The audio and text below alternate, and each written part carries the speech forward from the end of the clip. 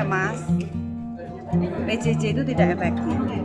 Apapun yang dibutuhkan oleh anak-anak itu adalah pendidikan yang lama, yang seperti tatap muka. Tetapi kan ini kan masa pandemi COVID-19.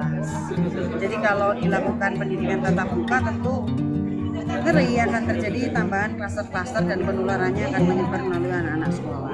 Jadi walaupun tidak efektif ya inilah yang kita bisa. Harus tetap ada pendidikan, harus tetap sekolah walaupun caranya dengan sangat darurat yaitu PJJ. Tatap muka boleh dilakukan di zona kuning dan hijau dengan protokol COVID yang tepat. Nah sebelum anak-anak masuk ke sekolah itu mereka harus melalui tes kesehatan, entah itu rapid, entah itu swab, entah itu pengukuran suhu, tetapi harus ada. Untuk apa? Supaya mereka yang terindikasi terkena itu segera tidak boleh ikut proses belajar mengajar. Dan conditioning yang lainnya adalah bahwa nomor satu, pemerintah daerah harus setuju. Saya kira Kabupaten Semarang termasuk yang setuju.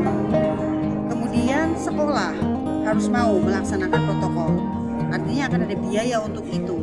Kemudian setelah itu adalah orang tua harus merelakan anaknya pergi. Kalau tiga hal ini tidak bisa tercapai, pendidikan tatap muka tidak boleh dilaksanakan. Penurunan mutu ya. Atau standar untuk nilai dan lain-lain. Saya harus mengakuinya, tetapi ini adalah keadaan darurat.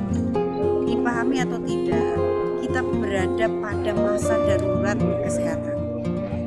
Mungkin teman-teman merasa kok seperti biasa aja ya, tetapi sebenarnya dunia sedang menghadapi masa darurat kesehatan. Pada saat masa darurat kesehatan, apapun harus dilakukan walaupun dengan standar yang harus diturunkan. Ketika kurikulum baru ini kemudian menghilangkan pelajaran sejarah secara khusus, menjadikan satu dengan pendidikan sosial yang lainnya, saya tidak setuju. Kenapa? Karena sekolah intinya adalah sebenarnya membangun fondasi untuk memahamkan anak-anak mengenai bagaimana menghadapi masa depan, meneruskan pembangunan yang dilakukan oleh pendahulunya.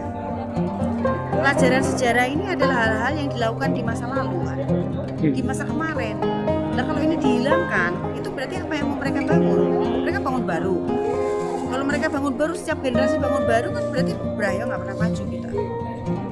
Maka saya berharap pelajaran sejarah tetap diajarkan karena itu adalah proses mengenal tata nilai budaya Indonesia. Itu pesannya Bung Karno, jangan pernah meninggalkan sejarah. Ini direncanakan kurikulum baru oleh Menteri, kurikulum darurat. Niatnya bagus, niatnya adalah supaya dalam masa pandemi COVID ini dengan pembelajaran jarak jauh beban siswa tidak terlalu tinggi. Ada hal-hal yang menjadi opsional, tidak wajib, ya menjadi pilihan bagi siswa di SMA terutama. Tetapi opsi itu boleh-boleh saja, asal sejarah tidak menjadi salah satu opsi. Sudah bagus bahasa Indonesia, agama, PPKN tidak menjadi opsi. Sejarah saya kira berada dalam satu klaster penting yang sama dengan itu, yang tidak boleh menjadi opsi.